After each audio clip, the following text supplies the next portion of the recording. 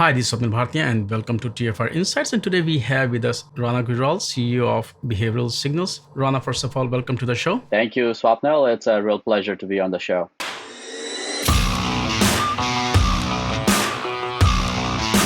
Now, if you look at Behavioral Signals, can you tell us a bit about the company? What do you guys do? Yeah, so I mean, to understand us, it's important to understand how natural language processing or NLP has progressed, and which is the more relevant field for us. This is our area of research, and when you kind of look at the spectrum of NLP, vast majority of the solutions tend to focus on what is being said, which is essentially first taking the audio source and converting that into text, and then parsing the text for meaning. What we do differently is we tend to focus on the tone of voice, so the pitch and tonal variance and the inflections in the how the words are being pronounced, and we extract a whole lot of meanings and insights and a variety of other signals and cues from the tone of voice that range from emotions such as anger, happiness, sadness, and behavior such as engagement, empathy, politeness, and we go as far as even decipher intent signals. So, for example, predicting if someone is going to uh, pay or buy or not buy, etc. And then we combine all of those signals into a very advanced analytics engine towards certain very specific industry KPIs that are largely focused on amplifying the human-to-human communication context. So that's kind of what we do at a very, very high level. Of course, there's a lot of other detail to get into. I want to understand the evolution of NLP as the industry itself is evolving. Then I also talk about, as you mentioned, the tone of the voice, because that is a totally different field altogether. When we talk about NLP, what we usually mean is different processes conducted on words, sentences, and dialogue structures. So, like, for example, text to speech is part of an NLP context, and diarization, which is who's speaking one, summation, which is summarizing what's been spoken, and speech recognition, just really deducing speech, because a lot of times in a conversation, or if you're looking at audio, not everything in that audio is actually speech. There's other components to that audio, such as silence, and so silence detection and overlap detection, and detecting other sounds like ringing a bell or your phone going off. And so the outcome is usually objective and very dependent on the specific language being analyzed. That's been the traditional sort of focus area of NLP. And when we talk about language agnostic AI, it is extracting subjective information from speech regardless of the language being spoken. And that's where we are at. So this means that although we can understand the what part of what is being said, we're mostly interested in evaluating how something is being said. And this allows us to build very advanced machine learning models that, while trained on common languages such as English, we are able to use these models on other languages as well. And the reason being that most humans express emotions in their languages in very similar ways. And you can tell when someone is angry or happy, or even if you don't know what they're saying. And that's innate to us. It's natural to us as humans to decipher all those cues. And now we've been able to codify that and put it in a software program and have that ability in an engine that can be leveraged by software systems. It could be leveraged by robots. It could be leveraged, in contact center stacks that help agents do the jobs better. Pretty much, the whole spectrum. And there are two aspects of it. When there's input, where you capture my voice, how I am talking, and second is when you interact with virtual assistant, they talk back to you. So when you look at the core capabilities of emotion AI, the applications are very, very broad. I mean, it applies in as diverse verticals such as health tech, as robotics, as contact centers, as financial verticals, etc. What we do is we have two parallel tracks. So the first is the track of human-to-human communication. So this is really building very specific use cases and KPIs that augment human-to-human interaction. A lot of these human-to-human interactions happen in business context in a contact center world. And so we're within this spectrum where building some very advanced capabilities that, say, allow for monitoring engagement, both of the agent and of the client.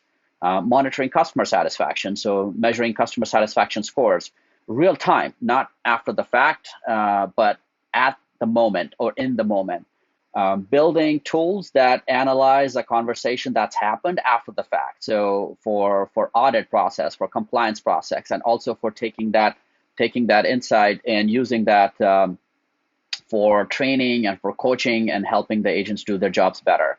Some of our newer work in this area is around predicting intent. So for example, we've built two very advanced classifiers on top of our core features that can predict what a person is going to do in the near future. So for example, if there's a conversation that's happening between, say, a debt collector and a debt holder, our engine can analyze that conversation live, and within the first 30 seconds of the interaction, will make a prediction such as the debt holder will pay or not pay. So it's not a percentage probability, but will pay or not pay, and that prediction is 82 to 85% accurate. Similarly, we can predict if a client will buy or not buy with 85% accuracy within the first 30 seconds of an interaction between a salesperson and a client.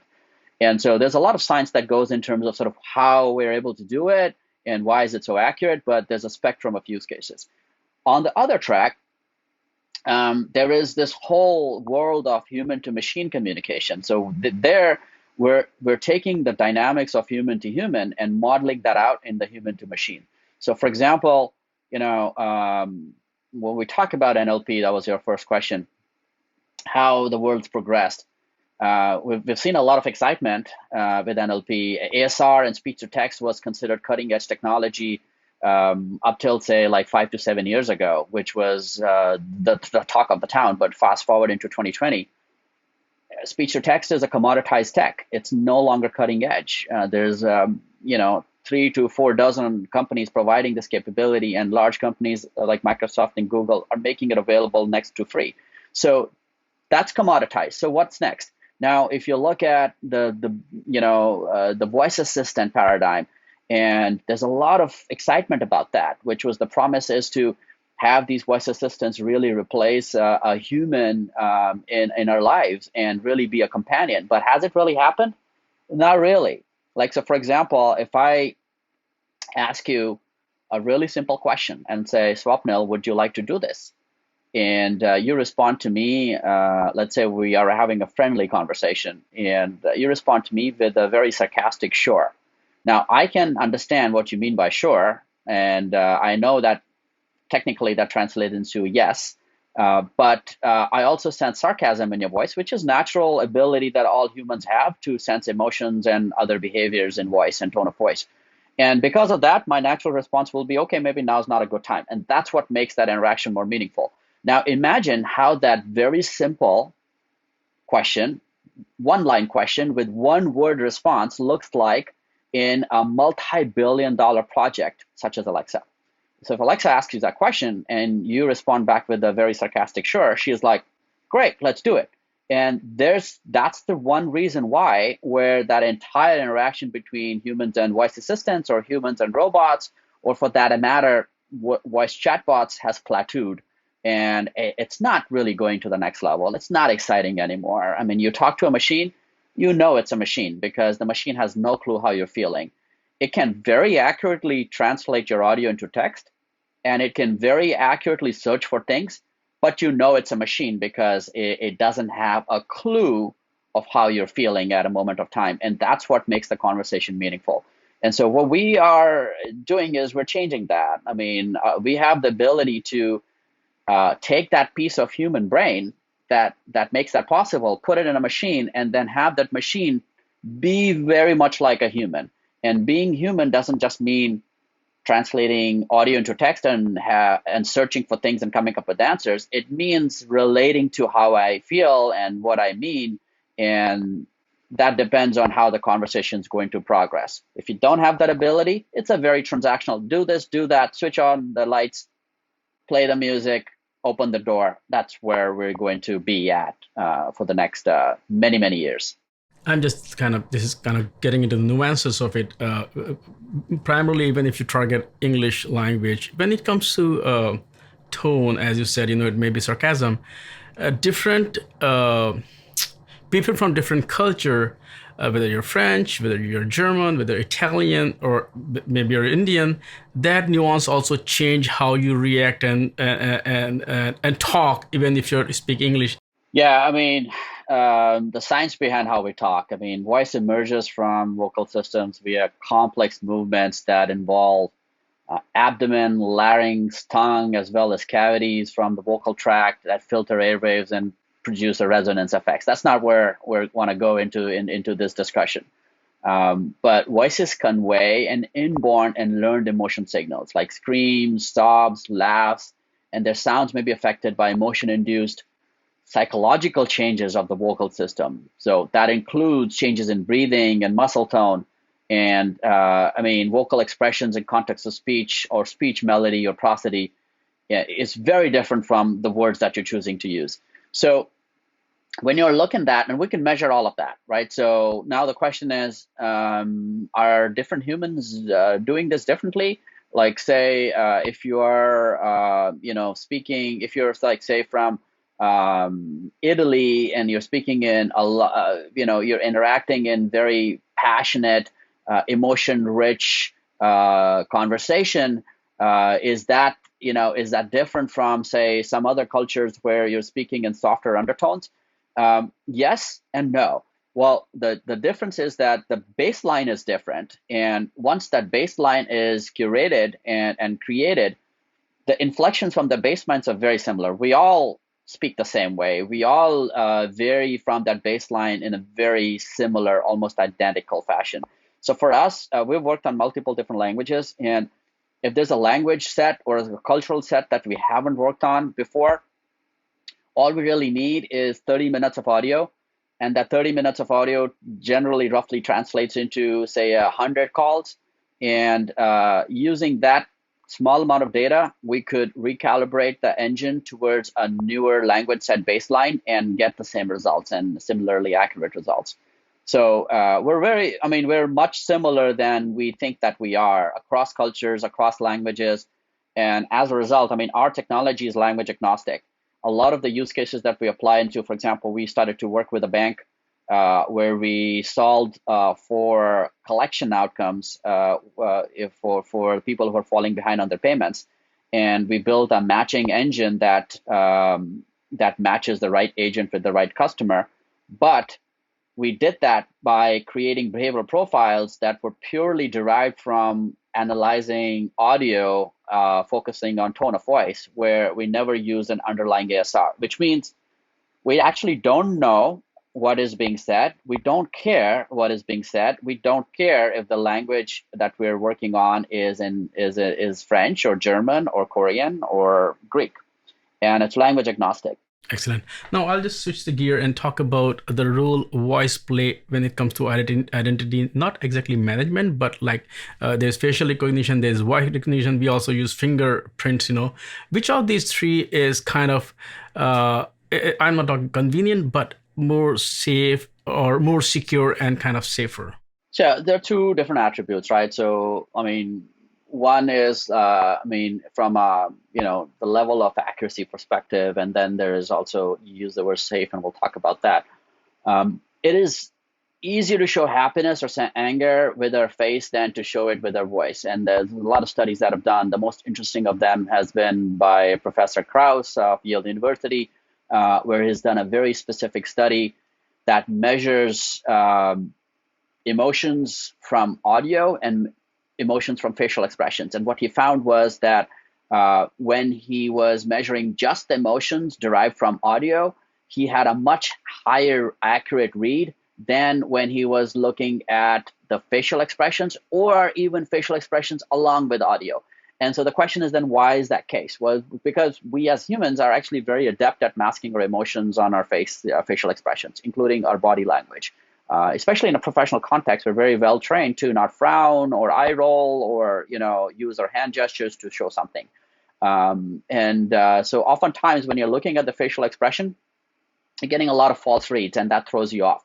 But when you're on the phone with someone and you're just literally just focusing on the tone of voice, the brain naturally does that, even if you don't want to.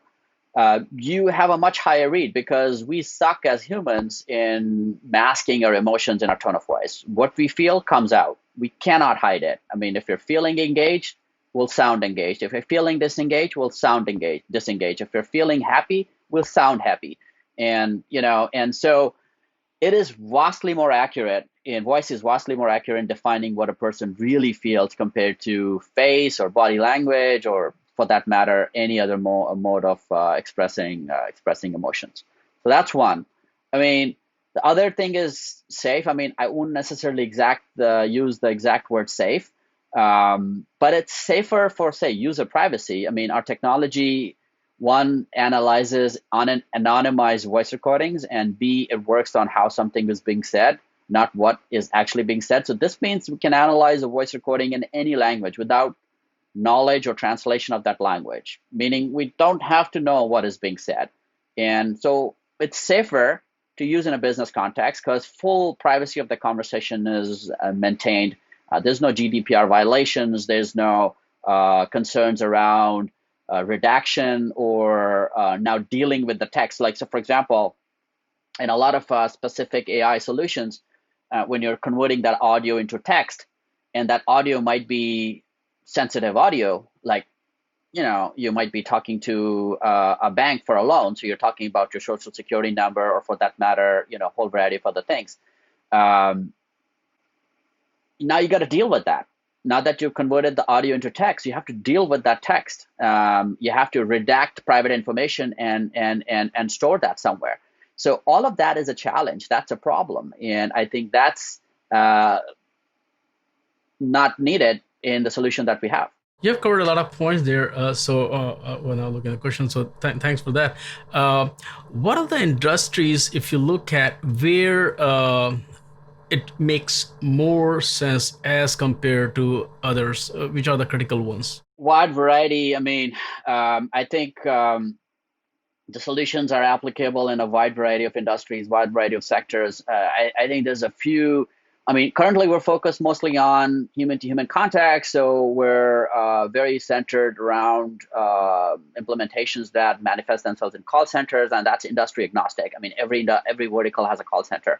I mean, it could be a bank has a call center, and a retailer has a call center, and a food manufacturer has a call center. So it doesn't matter. You have emotion, you have clients, and you have agents. So that's where things happen.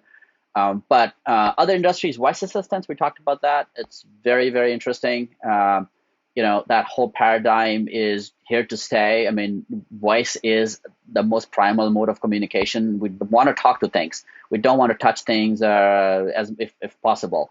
So not just voice assistants, but our laptops and PCs, cars. So I think that there's a lot of lots of interesting use cases in the whole human to machine context.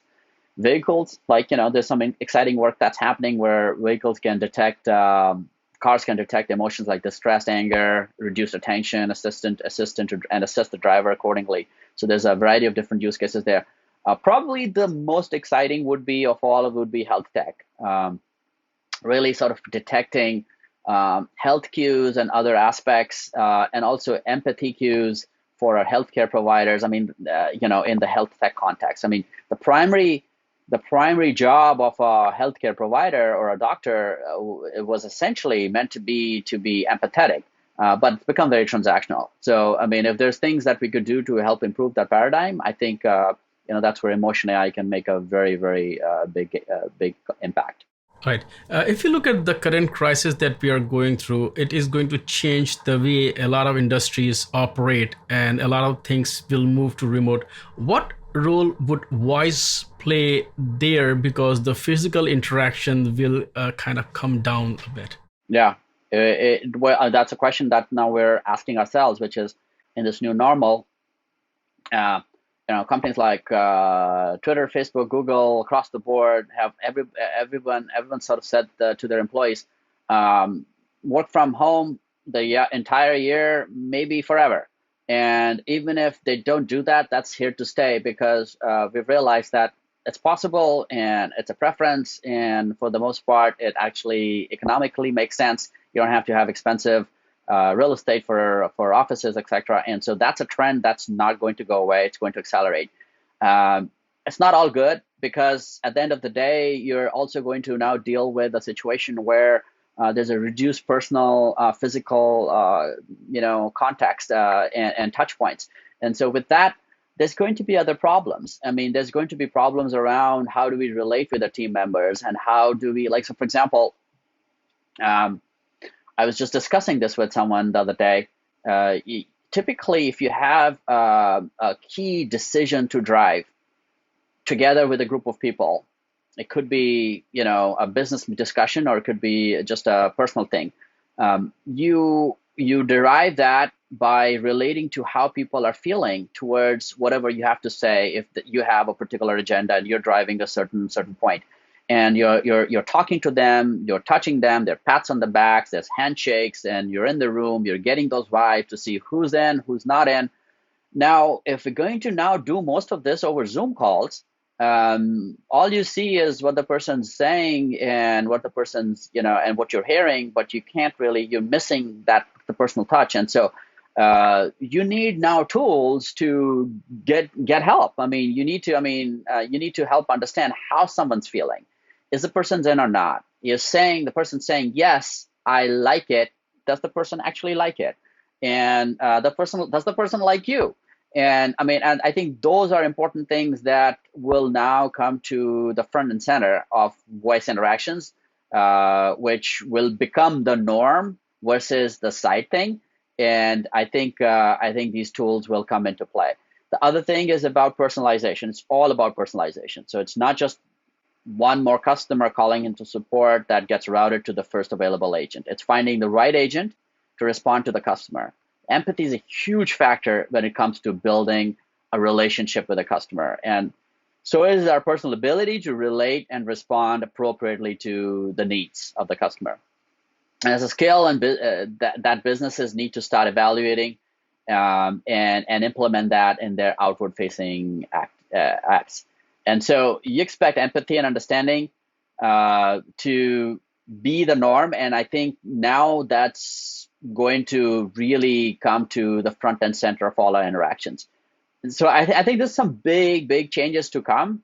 And I think this whole quarantine has really changed the dynamics of how we're going to function as a business, how we're going to function as a community, and we're going to struggle in some areas, and we would need tools to help us with that. Rana, thank you so much for taking time out and talking to me. Voice is actually something very close to me. I also used to be a science fiction writer, but I do feel that, when we, even as a media person, visual and voice is the natural form to interact with. Your text is something which I always assumed as a placeholder. It has no emotion, it has no tone. You cannot register anything from it. So thank you so much for explaining this behavioral signal, and I look forward to talk to you again at some point. Thank you, Swapnil. This was an exciting conversation. Thanks for inviting me.